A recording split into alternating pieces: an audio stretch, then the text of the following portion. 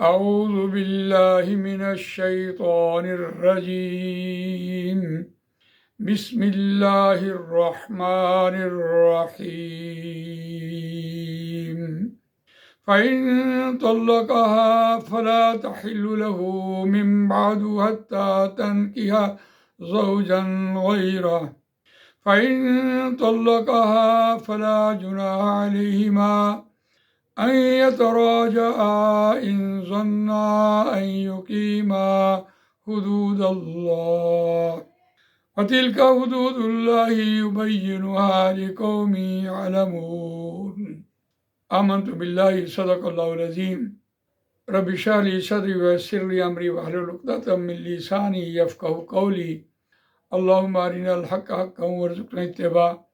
وَأَرِنَا الْبَاطِلَ بَاطِلًا وَارْزُقْنَا اجْتِنَابَهُ آمین یا رب العالمین۔ دوستو اور بزرگوں، سورہ بقرہ آیت نمبر 230 آپ کے سامنے تلاوت کی ہے، اور یہ دوسرے پارے کا 13واں رکوع زیر مطالعہ ہے۔ یہ طلاق کا مضمون قرآن مجید میں 3 رکوعوں پر مشتمل ہے،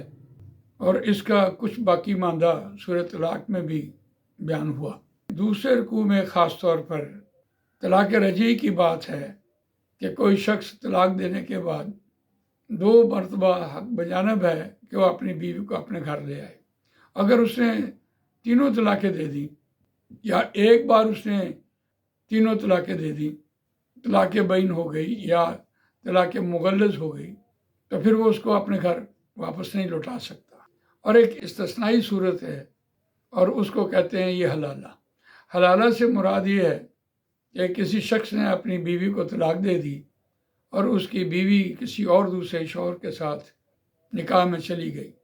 تو اگر اس کا شوہر فوت ہو گیا یا اس شوہر نے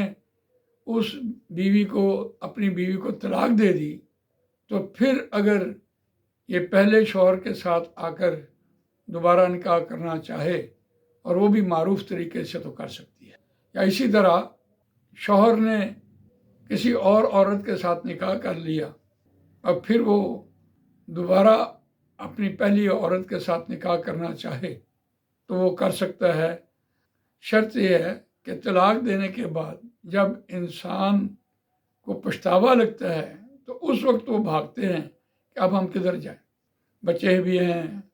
اولاد کی پرورش نہیں ہو رہی، گھر نہیں چل رہا، بیوی کے بغیر کیسے گھر چلے گا، تو پھر وہ پچھتاوے کے حوالے سے یہ سوچتے ہیں کہ چلیے قرآن مجید نے تو یہ راستہ تو دیا ہے تو اس پر عمل کر لیتے ہیں۔ یاد رکھیے، اگر کوئی مرد حلالے کی غرض سے کسی عورت کے ساتھ نکاح کرے تو وہ بھی حرام ہے، اور اگر کوئی عورت حلالے کی غرض سے کسی شوہر کی نکاح میں چلی جائے اور اسے پتہ ہو کہ بھئی میں نے تو یہاں سے کسی نہ کسی بہانے طلاق لینی ہے یا کھلا ہی لے لینا ہے، تو حلالے کی غرض سے اگر اس نے یہ عمل کیا ہے تو وہ بھی اس کے لیے حرام ہے۔ یہ راستہ تو ایک کھلا ہے، لیکن اس میں آج ہمارے معاشرے میں جو خرابیاں پیدا ہو رہی ہیں، زنا کے راستے کھل رہے ہیں، وہ یہی ایک وجہ ہے، اور اس پہ ہم نے نئے نئے رنگ دے دیے، نئے نئے نام دے دیے، تو یہ غصے کی وجہ سے طلاق ہوئی، اور پھر جب پچھتاوا لگا تو پھر حلالے کا راستہ اختیار کیا۔ تو قرآن مجید نے یہاں اس کے بارے میں پوری معلومات دی۔ اب اس کا روان کا ترجمہ سنتے ہیں آیت کا۔ فَإِن طَلَّقَهَا فَلَا جُنَاحَ عَلَيْهِمَا فَإِن طَلَّقَهَا، پس اگر اس مرد نے اس عورت کو طلاق دے دی، فَلَا تَحِلُّ لَهُ مِن بَعْدُ حَتَّى تَنكِحَ زَوْجًا غَيْرَهُ، پس نہیں وہ عورت حلال واسطے اس مرد کے، من بعد حتیٰ تنکح زوجا غیرہ، اس کے بعد یہاں تک کہ وہ نکاح کرے کسی دوسرے مرد سے جو اس کے علاوہ ہو۔ یہاں تحلو جو صیغہ ہے وہ واحد مونس غائب کا صیغہ ہے، نہ وہ عورت نکاح کرے، اور لہو مذکر کا صیغہ ہے واسطے اس مرد کے۔ فَإِن طَلَّقَهَا، پس اگر اس شخص نے جس نے دوسرے نے اس سے نکاح کیا، پس اگر وہ طلاق دے دے اسے، فلا جناح علیہما، پس اب کسی قسم کا کوئی گناہ نہیں ہے، لا نفی جنس ہے، علیہما ان دونوں پر، ان یتراجعا،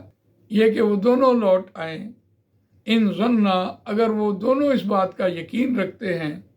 ان یقیما حدود اللہ، کہ اب وہ اللہ کی حدوں کو قائم رکھ سکیں گے. وَتِلْكَ حُدُودُ اللَّهِ، اور یہ اللہ کی حدیں ہیں. يُبَيِّنُهَا، وہ کھول کر بیان کرتا ہے، واضح کر دیتا ہے اسے. لِقَوْمٍ يَعْلَمُونَ، واسطے اس قوم کے جو جاننا چاہتی ہے. تو ہم نے یہ قرآن مجید کا آج جو مضمون پڑھا ہے وہ حلالے کی غرض سے تھا، اور حلالہ بھی وہ کہ جو حقیقت میں حلالہ ہو. میں نے خود دیکھا کہ ایک خاتون طلاق لے کر کسی دوسرے مرد کے ساتھ اس نے نکاح کیا اور وہ باہر کے ملک چلی گئی،